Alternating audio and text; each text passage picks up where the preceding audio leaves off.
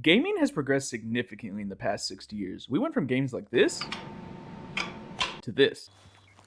As technology improved, games became more complex in their systems, their scope, and specifically in the 80s and 90s, their narrative. The earliest well-known games to incorporate light story elements, I feel, were the early Nintendo titles like Zelda, Donkey Kong, Mario. It didn't take long for more complex narratives to follow after these titles, with Metal Gear, Final Fantasy, and Baldur's Gate. Eventually, games became more and more cinematic, with the quality of writing improving, the amount of dialogue increasing, and the amount of vocal talent in the industry improving with each decade. And now, names like Nolan North, Troy Baker, Matthew Mercer, Mark Hamill, Laura Bailey, or Jennifer Taylor have weight in the gaming community. The increased focus on narrative and characters in games have created some of the best stories in all of media, and yet one key issue remains a point of contention for many gamers: the silent protagonist. Silent protagonists have been around since the very inception of video games. Mario, Link, Doom Guy, the ball from Pong. In the 80s and 90s, this was perfectly normal. Video games as a form of storytelling hadn't been fully realized yet, and you also have to think, games as a whole weren't doing so hot in the 80s. Oh my goodness! In 83, the gaming market crashed. Revenue from video game sales in 85 was at $100 million, and when you compare it to the $100 billion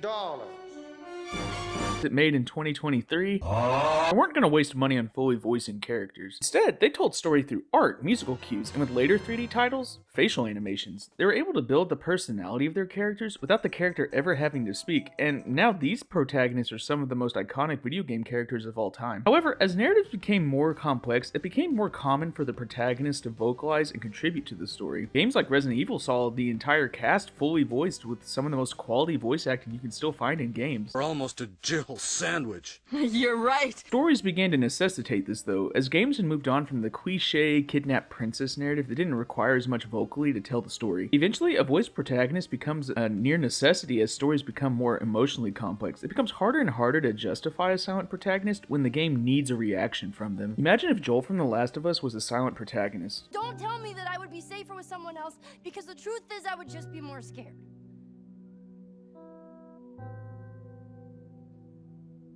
It wouldn't work. They would have to rewrite every scene or the game just wouldn't exist. Now, let's take a brief pause. Argument typically made when justifying a silent protagonist is that the character not speaking allows you to put yourself onto the character or to better identify with the character and immerse yourself in the experience. And this is a fair argument. In Doom Guy never speaks, and it works. The story is about demons are attacking, go shoot them, and that's it. Doom is not an emotionally complex game. It's gameplay focused. He doesn't need to spout a Marvel joke every time he kills something.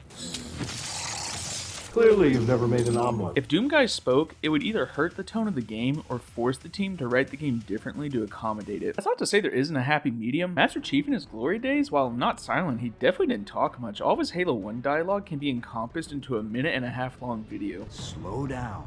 You're losing me. He spoke just enough to give himself some presence in the story, but they kept his dialogue tight and short to keep his mysterious, hardened, super cool soldier persona that we all know and love. You recognize him as his own character, but him not speaking constantly lets you immerse yourself in the gameplay. You should leave me here with the rest of the carpets.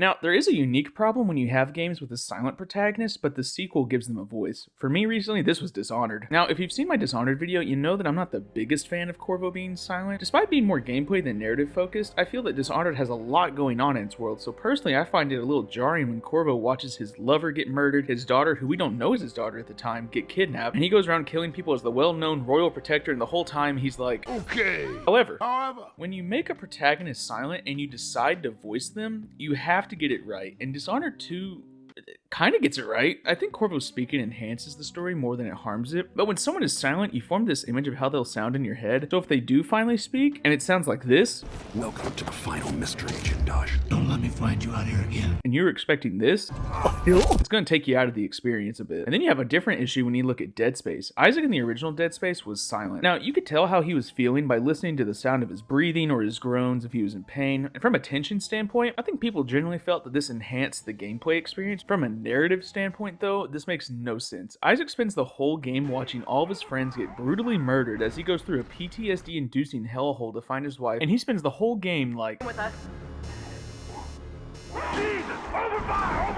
Like, look at his reaction to Hammond's death in the remake versus the original game.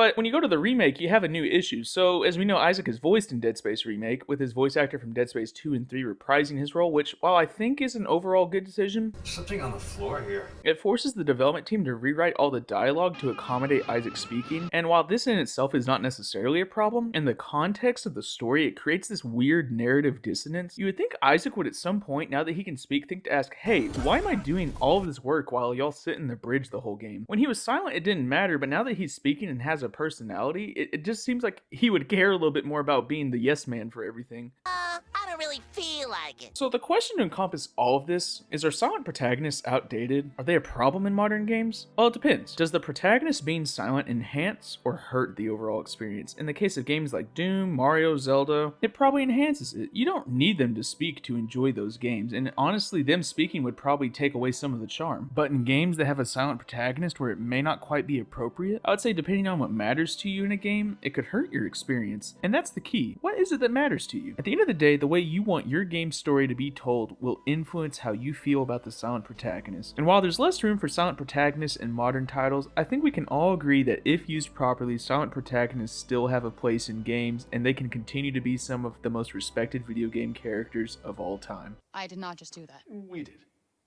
I just moved shit with my mind. Perhaps our connection has somehow awoken some abilities. I just moved shit with my mind. Every protagonist should be silent from now on.